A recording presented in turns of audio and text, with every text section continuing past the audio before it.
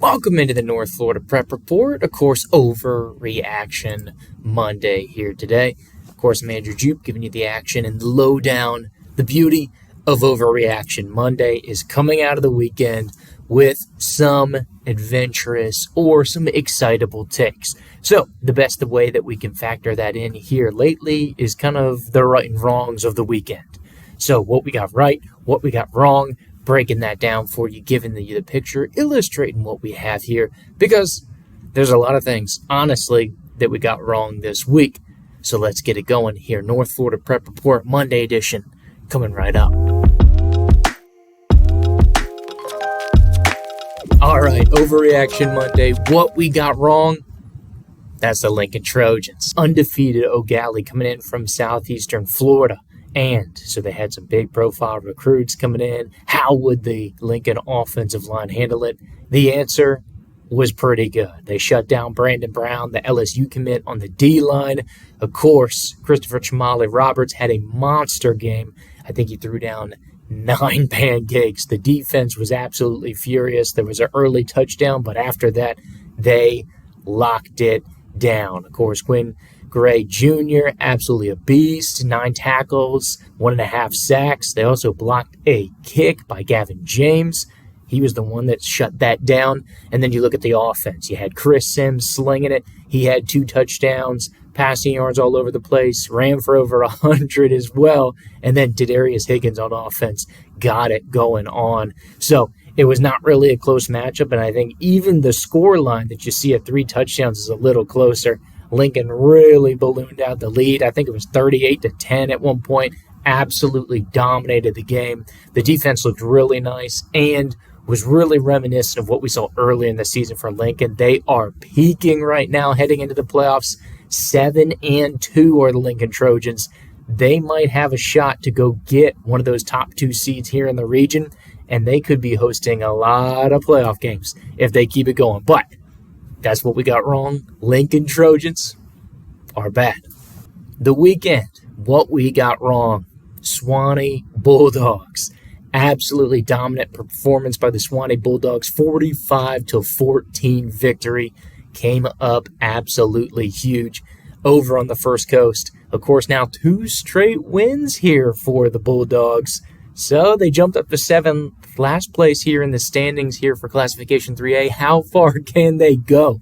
They're healthy. They're feeling it. I shouldn't have doubted them. Should have known they'd be able to handle the big front 7 against Atlantic Coast. And really, after the first drive that Atlantic Coast had, the Stingrays, just 3 plays in, 49 seconds, we're up 7-0, all Bulldogs. They really took care of business. The big Middle Tennessee State man from Malpress was shut down, did not allow a sack to him, and really limited his abilities. Was really impressed also on the offensive end. As you can see, M.J. Rawson, 144 yards, receiving touchdown, also got in there with an extra touchdown here on the ground. So almost 200 yards of total offense from him. Suwannee rolling right now, and they're peaking, and they're getting points for the playoffs. Heading in, they're going to be a dangerous sleeper team that I think people are going to look down on here with their record. But they are looking great here in the short term. They've got a couple more games to try to throw it in the bag and lock things up, but the Suwannee Dogs are bad. We got it wrong. Coming out of the weekend, what did we get wrong? That's the Maclay Marauders. A huge win, a tight one against a really, really, really good Georgia team in Deerfield, Windsor. Of course, coming into it 7-2, it was a team that beat Valwood by 3 touchdowns. That Maclay coincidentally also played a close, tight contest, but Maclay looked great. Of course, the return of B.B. Potter helped there, the linebacking position. He went absolutely bananas on senior night, as did fellow seniors Nash Bashirs and George Grant. George Grant combining for 3 touchdowns. Nash Bashir's in there for a couple touchdowns of his own, and the defense locked it down. Abram Wildrick on the defensive side was a beast all night there on the line, and they held it down late in a competitive back-and-forth contest to get the big dub on senior night. That should help them in the points because, as we'll see, we'll get into a little chaos here coming up. The points have been really, really crazy. And they just got a little more wild, as you'll see here, Tuesday the 29th, when the new rankings come out. All right, let's flip it over to the positive side here. Coming out of the negative, what we got right. And then, of course, that's Apopka and Madison County. So Madison County coming back in here. You like a good Apopka team who is explosive, flying under the radar here with their record, but a really powerful squad here from that Central Florida area. Madison County at home locked it down. Just the third home game here at Boot Hill, but did really well to limit Apopka down to only 7 points. Madison County defense scurrying the boys. Big dog coming up big in that one. Of course, a late takeaway in the ball game. As Marion West got the big pick, which led into an L.J. Crumity big, long touchdown, which would give them the 13 and be just enough to be what they needed to defeat Apopka here on a big Friday night. So Madison County going to notch another huge victory. They've got a chance with the season finale upcoming to cement their place in the higher end of the rural playoff standings, but a big one here. Madison County, we believed in them. We knew what they had going on against a good Apopka team, a big 7A Apopka team, and Madison County delivered what we got right. All right, so now we've been in back and forth to what we got right, what we got wrong, and we're going to get into the weeds a little bit here with the playoff scenario. So a bunch of fun has been going off into the playoff scenarios, but a couple of districts have been locked up, or maybe they kind of have not. So for better or for worse, there's some changes on the landscape that we gotta get into. So let's get into it. Playoff shenanigans here on an Overreaction Monday. Look out, look out, look out. An upset special here in 4A. That's where we're going to start the shenanigans. Ed White takes down Riverside 21-20 to claim the district out there in the Jacksonville area. What this does is bid steal potential all over it. So, of course, our area teams that could be at risk are going to be Arnold and Rickards, especially Rickards after taking the L and seeing that they have a big, tough matchup here against Lincoln upcoming. So Ed White was the 8th seed here in Region 1, but of course this guarantees them a spot, and now potentially for some of these fringe teams might be getting the bounce out. So since they started at the 8, they're locked in, but it could drop Rickards and or Arnold, who we don't think will get poached, but there are a couple teams looming, trying to jump in here. Those big threats would be Columbia and Clay. So Clay may be a little far outside of the picture here to kind of jump in and make some chaos and be problematic here.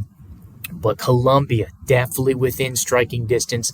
They came up with a big victory against Clay. So Clay should be dropping in the rankings. Columbia should be going up. But both Arnold's and Rickards now at risk because Ed White was able to secure the district over in Jacksonville for the 4A team, so it might get a little more interesting than you would like if you're in the blue and gold here to try to squeak into the playoffs.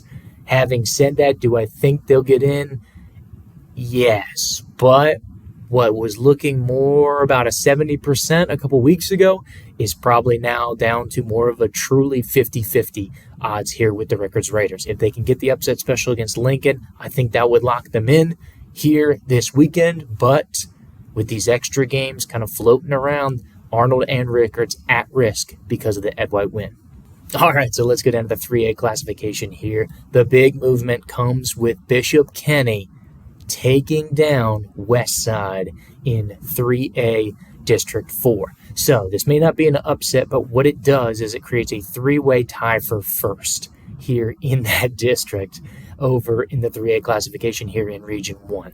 So this actually bails out some of our area teams.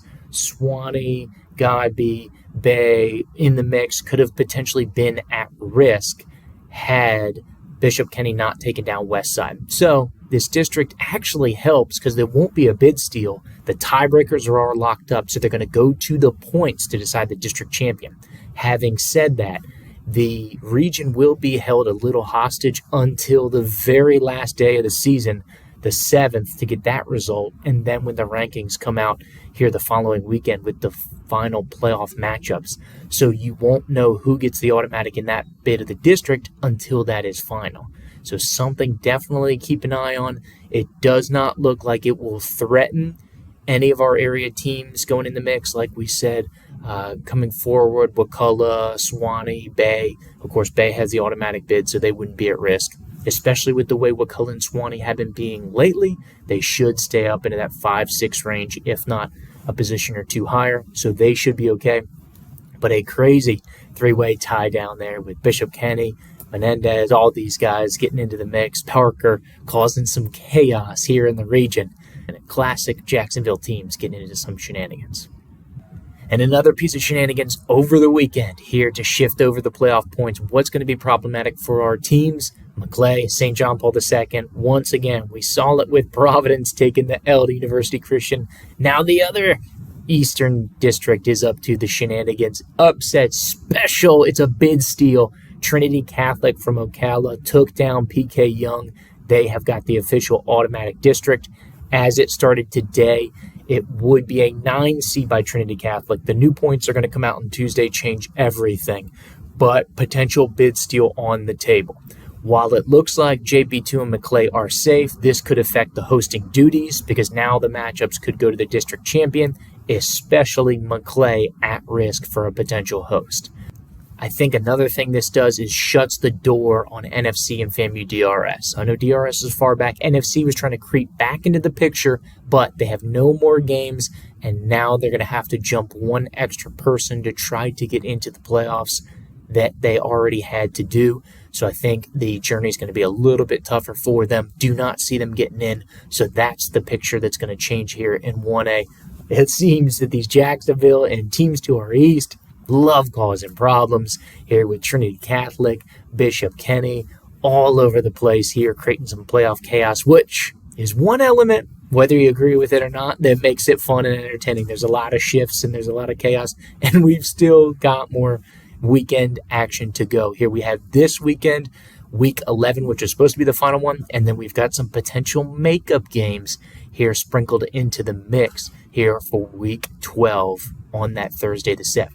So that's what we have here for Overreaction Monday. Andrew Duke, thanks for coming with us here for some playoff chaos, what we got right, what we got wrong. Make sure to tune in next time. Have a great rest of your week.